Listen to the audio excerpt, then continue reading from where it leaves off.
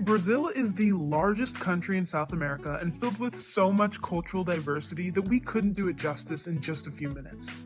Whether you're planning to travel to Brazil or want to learn more about it, here are the most important things to know before you visit.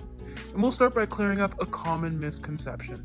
Rio de Janeiro is not the capital city. Although it was the capital until 1960, it has since moved to the middle of the country in Brasilia. As far as languages spoken, knowing Portuguese will make traveling around so much easier. Although some Brazilians learn Spanish and English due to language requirements, depending on their occupations, if you're a native English speaker, your best bet to find people who speak the language will be in Sao Paulo or Rio de Janeiro. As with many places around the world, in cities where you find tourists, you're also likely to find people who speak the English language. Now, if you're a native Spanish speaker, Brazilians who live closer to borders with Spanish-speaking countries are more likely to speak Spanish. This is all to say that, generally speaking, English and Spanish won't get you very far in Brazil, and it is best to learn a few Portuguese expressions. We will add some Brazilian Portuguese language learning resources for you down below. Depending on the passport that you hold, you may need a visa before you go to Brazil. US and UK citizens are allowed to visit Brazil without a visa as a tourist for up to 90 days.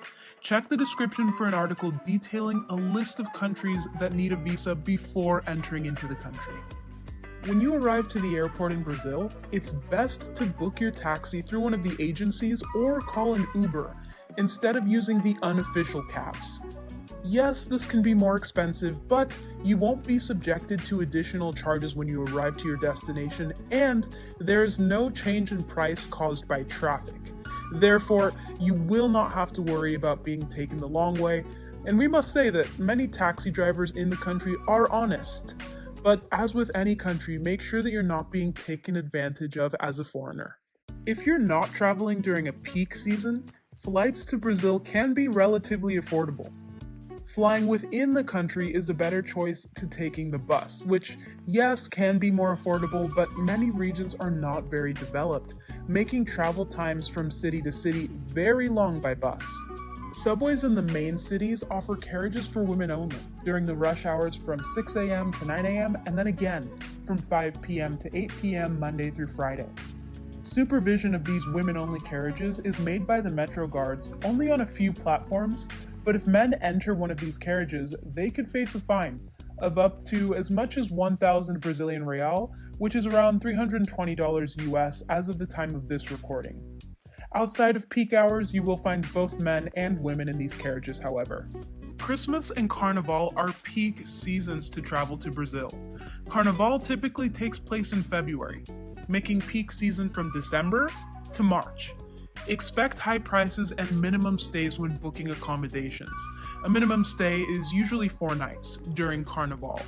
It is particularly busy in Rio and popular beach destinations all along the coast.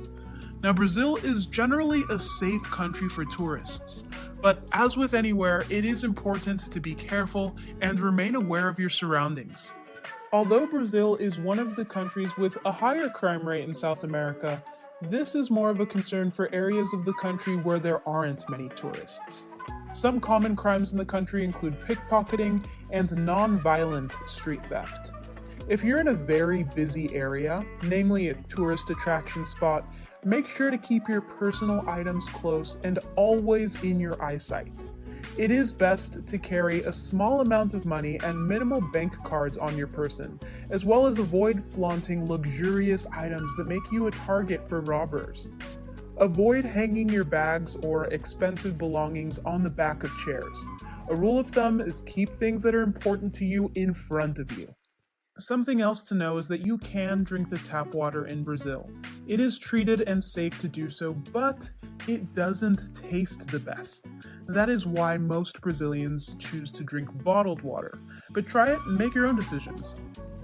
In most bars that you visit in Brazil, you may notice that beers are served in small glasses. The reason for the small glass boils down to the climate.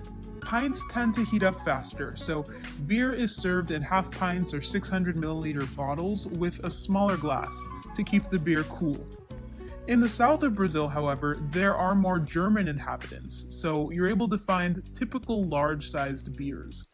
The German influence is so strong in the south that in Santa Catarina you will find an Oktoberfest, and this is hosted every October in the town of Blumenau. It's actually the second largest beer festival around the globe, just after Oktoberfest in Munich. Speaking of alcohol, we can't forget to mention how delicious Brazilian wine is. If you like bubbles, Brazil has got you covered, especially in the south of the country where you can find varieties like Brut Champenois. Rio Grande do Sul is the southernmost state in Brazil and borders both Argentina and Uruguay. This is where 90% of the wine is produced. And something else that's often asked is it Brazil with an S or is it Brazil with a Z? Now, Brazil with an S is how you will find the official name of the country spelled in the Portuguese language. Brazil spelled with a Z is the spelling of the country in English. Both are correct. Instead of shaking hands at first meeting, it is more customary to kiss on both cheeks, so don't let this gesture surprise you. Now, this short video doesn't even cover half of the nuances that make up the beauty that is Brazil, but hopefully it's given you some basic knowledge and some inspiration to visit the country for yourself. If you've visited the country and feel that there's something that should be added to our list, please let us know. Below this video, you will find resources to maximize your trip as much as possible. If you liked the video, please like, subscribe, and follow to Terra Firma Factoids. We're making content all about travel in countries around the world, from culture to history. Thank you for being here with us. Happy travels.